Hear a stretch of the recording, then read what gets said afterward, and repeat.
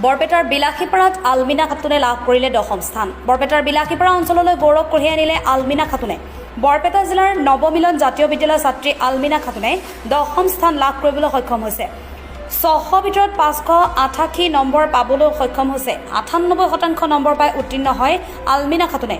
বিলাসীপাৰাত পোনপ্ৰথমবাৰৰ বাবে হাইস্কুল শিক্ষান্ত পৰীক্ষাত স্থান লাভ কৰিছে, যাৰ ফলত সমগ্ৰ অঞ্চলৰ লগতে বিদ্যালয়ত উখল মাখল পৰিৱেশৰ সৃষ্টি হৈছে আৰু বিভিন্নজনে প্ৰদান কৰিছে শুভেচ্ছা।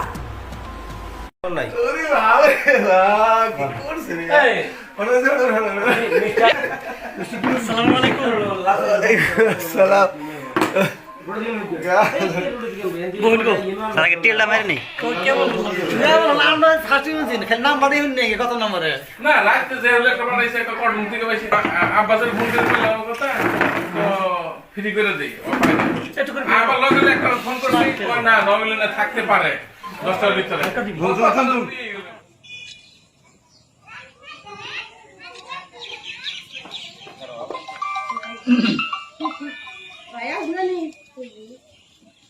বহুত ভাল লাগিছে মোৰ।